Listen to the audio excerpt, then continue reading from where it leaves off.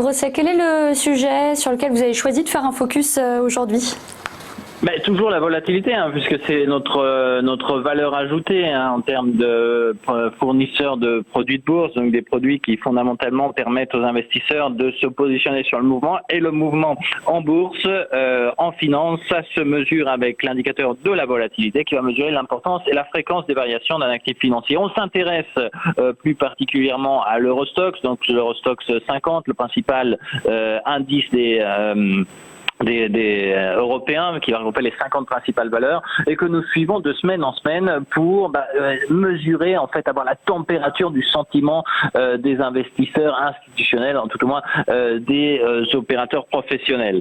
Alors, on se le rappelle, le mois de septembre a été marqué fondamentalement par un niveau de volatilité très faible, donc on avait une volatilité qui a tourné autour des 15 points alors que fin août on était largement au-dessus des 20 points et après la clôture du mois, donc vraiment en tout début de mois, du mois d'octobre, on a assisté à une reprise de la volatilité qui a repassé ce matin même la barre des 20 points puisque nous nous situons exactement en ce moment à 20,16. Donc qu'est-ce que ça signifie? C'est-à-dire que les marchés sont plus propices à bouger. Qu'est-ce que ça va on peut estimer qu'on va se retrouver tout au moins pour les séances à venir pour un scénario qui va se maintenir sur des niveaux de volatilité un peu plus élevés. Ça se traduit en termes d'investisseurs en produits de bourse, très simplement pour ceux qui sont investisseurs dévorants par une hausse des prix.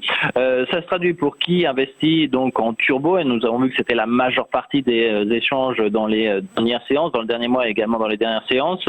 Ça se traduit peut-être par un choix qu'on devra faire peut-être un peu plus éloigné des niveaux actuels. C'est-à-dire que lorsqu'on va choisir son turbo, on se laissera peut-être un peu plus d'espace entre la barrière et le prix du sous-jacent pour éviter d'être désactivé. Donc à un moment où les marchés vont retourner à bouger, on peut estimer que ça va se traduire par un intérêt renouvelé par les transactions sur les indices de la part des investisseurs.